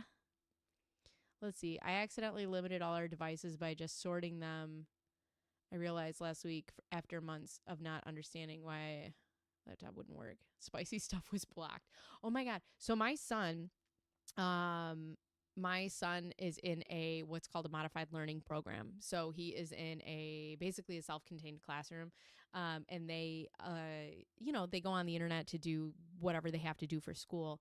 Well, he now has to have somebody sit with him because he knows how to get out of the guided access and just surf YouTube. They caught him watching Puppy Dog Pals or Paw Patrol. They're like, how did you get this? I'm like, good for him. Full interview. Okay, so is this the first one? I'm going to read the Miranda rights before we start. We're just kind of asked you. I'm being honest with you. Oh, this is when he finds out. Where's the second one? I need the second interview. The one where he like tells them all the stuff. I think Jodi, Hildebrand, and Ruby Franke had a little going on. I have a kid who would do that all the time. That's hilarious because he's smart as shit. No, he got it. Ruby, second interview. Yeah, show it to me. No, I want the second one. Yes, it is. Thanks for joining us on 2 News Live. No, it's not. This is the second interview, but I don't want... let's see. He is resourceful, I'll tell you. This is the full interview. We've already watched that. I want the Kevin Franke, the second one, where he talks about...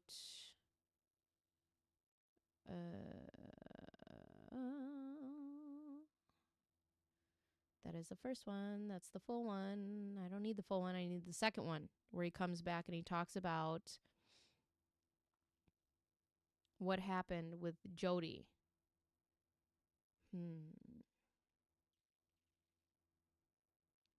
What he told police. But there is a second interview.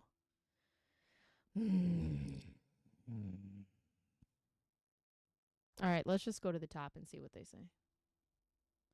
We'll watch this guy's video. Who is this? The lawyer you know. No, just give me the... I don't want the commentary. I just want to see the second interview. Is it not in here? Oh, no. Damn. I want to see it. Where is it? Police interview husband. All right, is it in here? Because this is the first one. Hold on, pause. There is a interview that they do where he really starts. Oh, here it is. But for now, that was the house. There we go. Okay, so let me find that second. Yeah, where is... I just want to watch the second interview. I don't want to watch...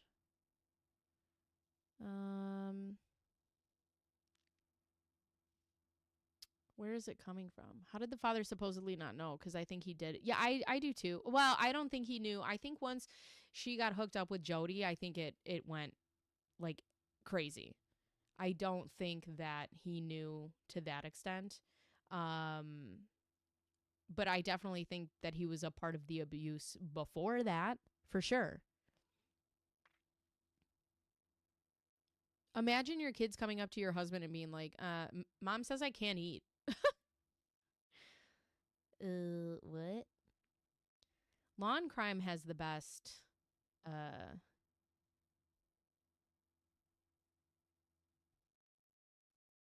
They have the best stuff. So let's go. Let's see if Law and Crime has it. Law and Crime.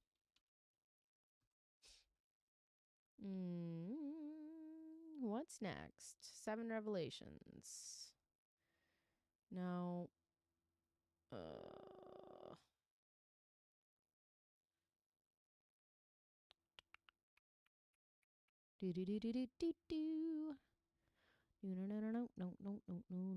All right.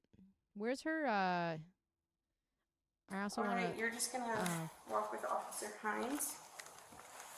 Ruby Franke, the former YouTuber turned convicted felon, now serving prison time for abusing her children in the name of religion.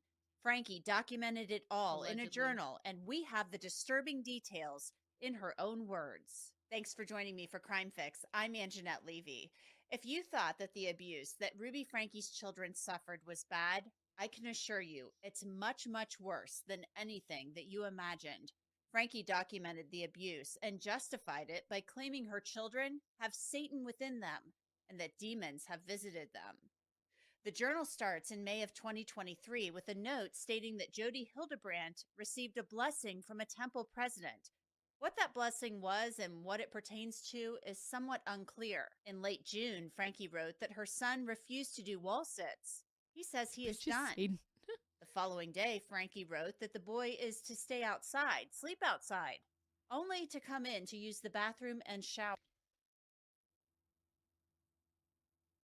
Oh, okay. She's referring to him as the boy. I thought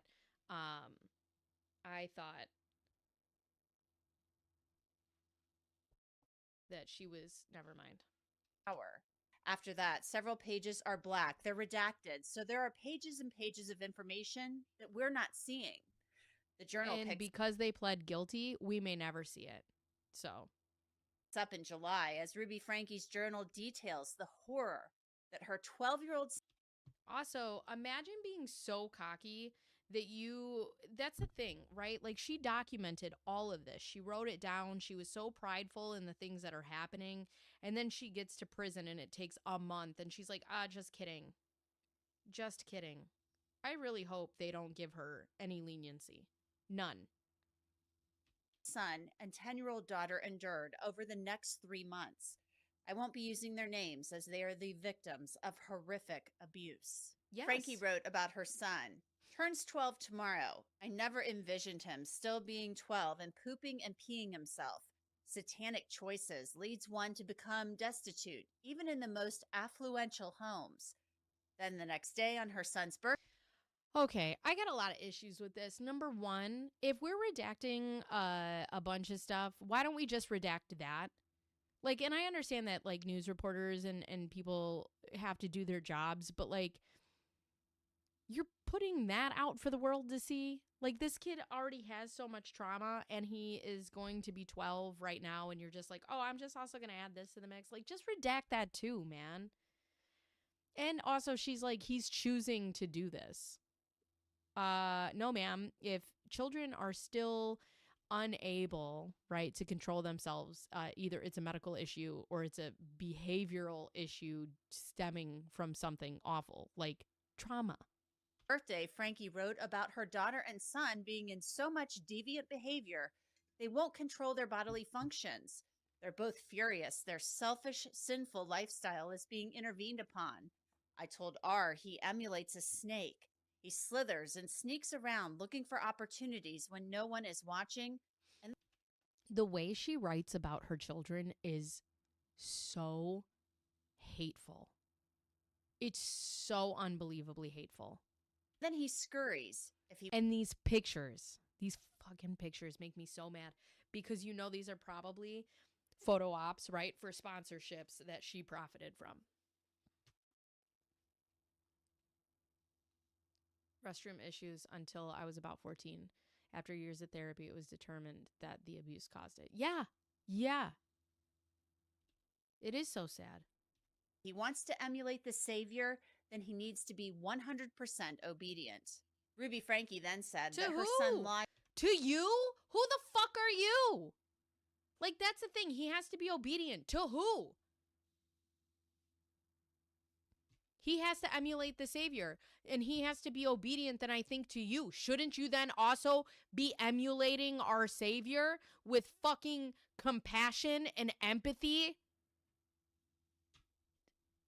She's a hoe. Lies all the time.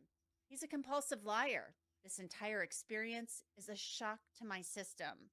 She wrote that her son has a cold, dead heart, and he's always been able to get what he wants. On July 14th, Franke... I got to be honest with you. I fully 1000% believe that if he didn't escape from this house and he didn't go to the neighbor's house to take him to the police, that they would eventually, this would be a, what were their names? Chad Daybell and Lori Value. Lori Value? True Value, Lori Vallow case. And the kids wouldn't be here. I don't think they'd be here. Wrote that her daughter, quote, refuses to work, screams, has her hair shaved off. Franke her daughter refuses to work. She's 9. So she shaved her head. Fun. Repeatedly shaved her daughter's hair when she didn't comply with her demands throughout the summer. The girl was only 10. Can you imagine? You shave off your daughter's hair because she refused to work. And we don't know exactly what kind of work she was refusing to do, but we can only imagine given what we have learned about the abuse. This was just the beginning of the summer of hell for these kids. Franke said she told her son that he needed to divulge everything, that he needed to pray and to fast. He's workable and calm for a bit, and then angry and defiant the next. The only consistent thing about R is that he lies. That's what Franke wrote about her son. She followed up by writing that her son told her he would rather have a glass of water than have her as a mom. Ruby Franke then described July 11th of last year as a big day for evil. She sent her son to stand in the sun with a sun hat, but the boy's demons, she said, wanted to stand in the shade. So Franke said she got a cactus poker to push the boy into the sun. Later, she poured mop water on him to cool him off. The children were forced to fast, but really it sounded more like they were being starved. They were continually told that they were lying and that they needed to repent. For exactly what? No one really knows. Nobody knows. If you can engage a weak mind... This is definitely a parent who continues to move the goalpost, right? It doesn't even matter if they were to say, oh, I repent and I feel so bad and blah, blah, blah. She would just move the goalpost. This was never about repentance. This was never about religion. This was all about control and abuse and the fact that she relished in it. Minded soul in a physical activity of obedience, you can begin to break the bond of Satan made with the weak. Ruby Franke wrote that Jodi Hildebrand volunteered to help her with that. They planned to buy a ranch in Arizona where the children could do more hard work to rid themselves of Satan. At one point, Franke wrote, the kids need a good kick from a horse and a cactus to run into. There were times when Franke and Hildebrand placed Franke's daughter in a closet and refused to give her water if she screamed. Quote, she screamed for another family, water, food, care, love, a manipulative ploy. You are loved. That's what Ruby Franke wrote about her 10-year-old daughter. The girl was also made to jump into a cactus. Franke said her daughter was actually cuddling with it, calling it inhuman. In late July, Franke wrote about her daughter. We put her in the closet to contemplate. You know, I know this is redacted for the public to see, which fine, because this is horrific. I hope that this is not redacted for the probationary board. What? Yeah. Contemplate what to do. She screams much of the day. She doesn't get water if she screams. She refuses to eat. The next day, she wrote, Jodi wakes from a dream. God lets her know that we have done everything we can to get her attention. They also forced the children to pull weeds from a cemetery for hours at a time and to pick up glass. Franke's 12-year-old son was forced to jump on a mini trampoline for long periods of time and to balance on one foot. On August 27th, toward the end of the children's torturous captivity, Ruby Franke wrote about her son. Spent the 22nd through the 25th peeing and pooping. He is out of control. He is defiant, abusive, mean, willing to try anything that would grab his attention. I whipped him with a belt yesterday. E2. Franke then said her daughter peed all over Jodi's garage floor, screamed at her, and lied to her. She is out of control. How did you get the ropes on you? 3 days later, on August 30th, the children had reached their breaking point. The 12-year-old boy escaped from Hildebrand's house and went to a neighbor for help. With me to discuss the horrific information in Ruby Franke's journal is somebody who's an expert in psychology and psychiatry. He is Dr. Daniel. I can't imagine what has been redacted at all. I can't. It's insane to me. This is all so very insane to me. Woo. Woo. Woo. Getting crazy. Hold on. My screen's getting wild. Okay, there we go. I need to see Kevin Franke's second interview.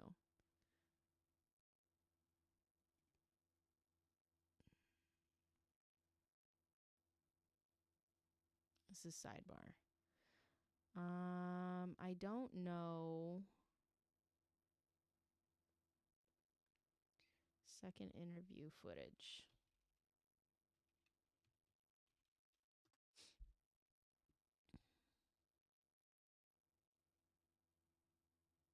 Yeah, this is the full interview, but where is the second one?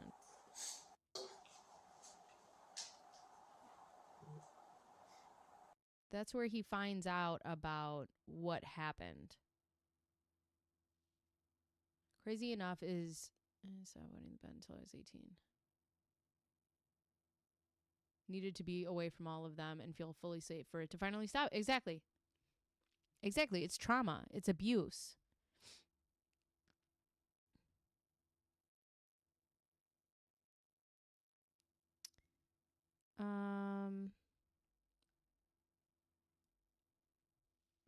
I need to know.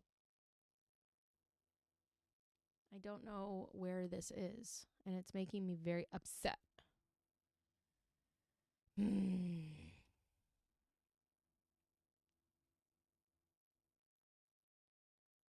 Kevin Franke tells all. Oh. And that's where Jodi really opened up to the women in a private conversation that she believed she was being tormented and haunted by. They tried to introduce her to a new cult lady. That, according to Jodi, she was held against her will for 6. All right, I need to find out where this is so that I don't have to watch the footage. Maybe I can find it on Google. Give me 1 second. Oh, boy. Oh, actually, it's 2 o'clock. I'm not going to have time. I hope that she gets the maximum in prison. Let me go to Google. We can start that. Google Kevin Bacon second interview.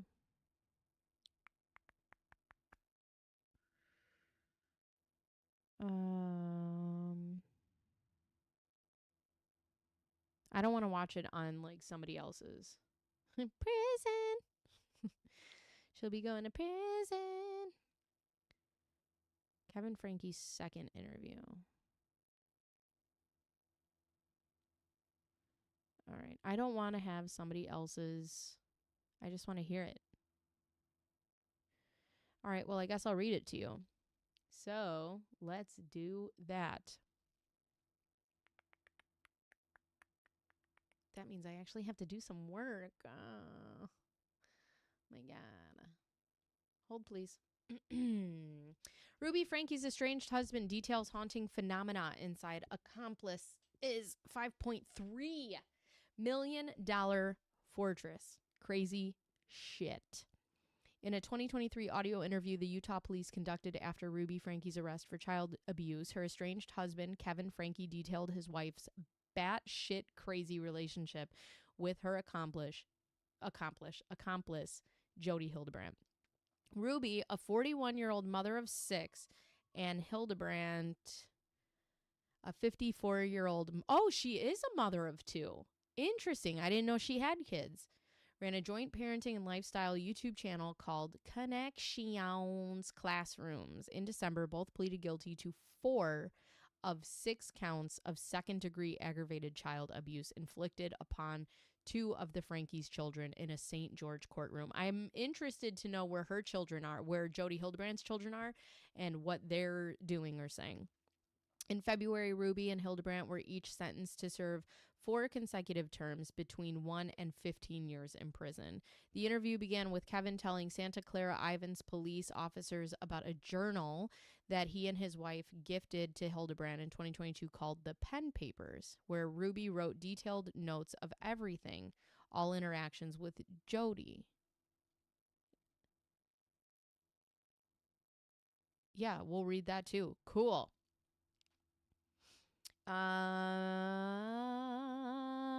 From August 2021 until I don't know when.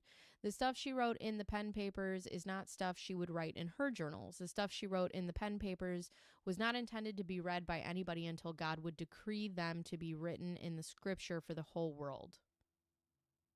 Could you imagine thinking you're that important? You're like, I'm going to write in this journal and it's going to be legit. It's going to be in the scriptures. It described all the versions of trances and everything that Jodi and Ruby went into. There were hundreds of pages of written documents that Ruby had. Delulu level over 9,000. Yeah. I mean, maybe that's just how low I think of myself, that I could write something and it would be considered scripture. It's something Jodi would not want found, but she wouldn't want to destroy it, he added. The interview goes on to highlight Kevin's account of his wife's bizarre relationship with Hildebrand, a formerly licensed therapist, before and after the pair decided to start their Connections Classrooms vlog on YouTube and host conferences throughout the country. In 2023, the 2 pals and business partners were arrested for abusing Ruby's 2 youngest children, a 9-year-old girl and a 12-year-old boy. Some of the abuse occurred in Hildebrand's home. The allegations against Ruby and Hildebrand only came into light after Ruby's son fled Hildebrand's Ivan's home and ran to a neighbor who called 911 after seeing the malnourished boy with duct tape on his wrists and ankles. And just so you're all aware, this little picture right here that has duct tape and saran wrap, under that is open wounds where they put in cayenne pepper and honey. So Ruby and Hildebrand initially became close around 2019 due to their similar lifestyles and parenting views. Abuse.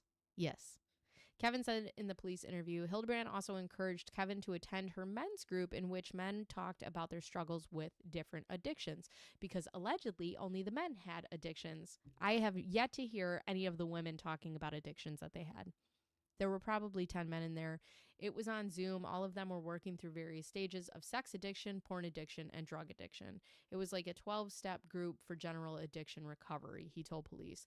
Between 2020 and about 2022, Ruby, who was already a successful blogger at the time with a YouTube channel called 8 Passengers, yearned for a closer relationship with Hildebrand.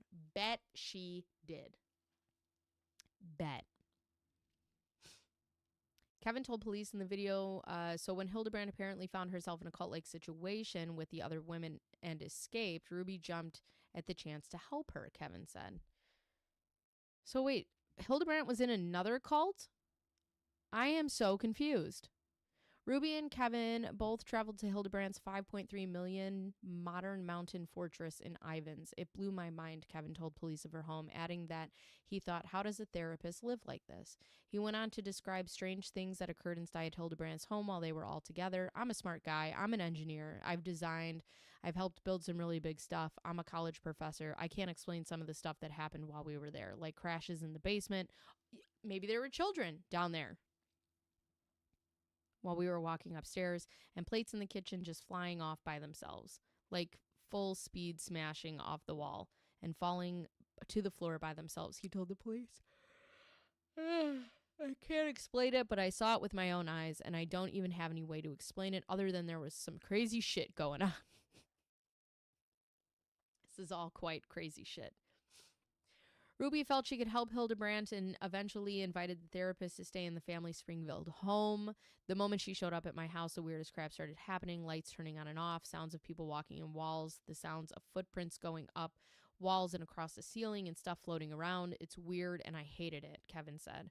They started sleeping in the same bed. And then she started having like trances and stuff. Probably September, where she believed she was going to heaven and seeing God and Jesus. Soon after inviting Hildebrand into their home, Kevin said Ruby asked him for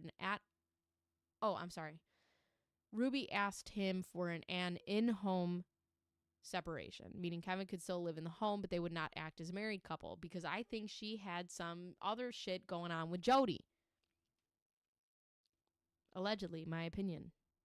Basically, there were all these rules now placed on me, like I could leave when I wanted, but I couldn't come back until Ruby gave me permission. I couldn't come into the kitchen and eat until Ruby gave me permission. Oh, how does it feel, Kevin?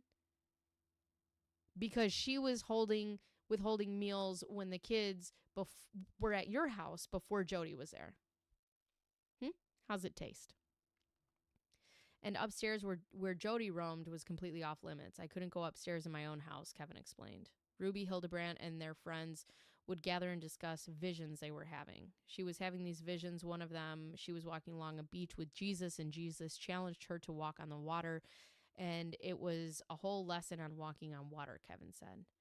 There were a lot of satanic ones where when she would go into this possession mode, she would talk in different voices. It was really creepy, but the voices would say, she's ours, we're not letting go. She is Satan's bride, she's mine, I'm going to marry her.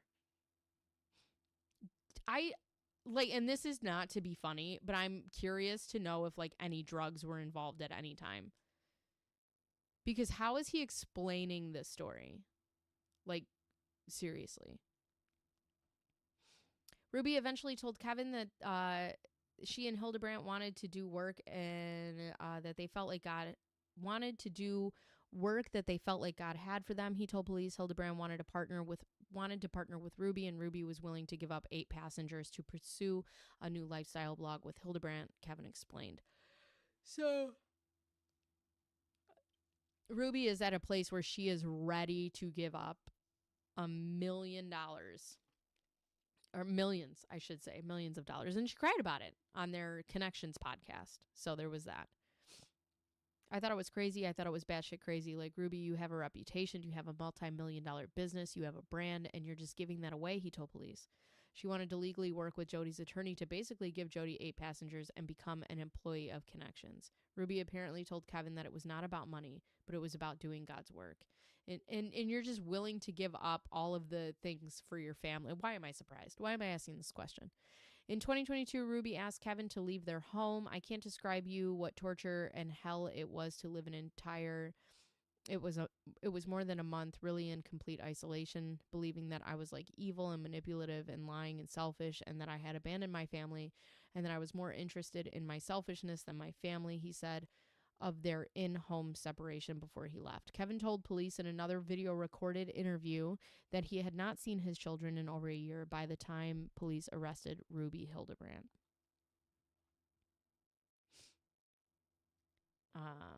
Okay, and that's my time, and I have to go. Thank you guys for hanging out with me today. We will get back to this next week. I'm still like obsessed with this case and what's going on. Maybe we'll talk about something different. If you guys want to hear me talk about something different, let me know in the comments or message me. So everybody on TikTok, bye friends. It was nice hanging out with you. See you later. I appreciate it. I appreciate all the gifts. You guys are the best. Bye. And Twitch and YouTube, I will see you guys in the Discord. And what's happening? Why won't this turn off? How was your experience? It was good. Leave me alone. No, it was good. There you go. Other than that, I will see you guys. If you guys want to discuss something else or like a different case or a different crime, let me know.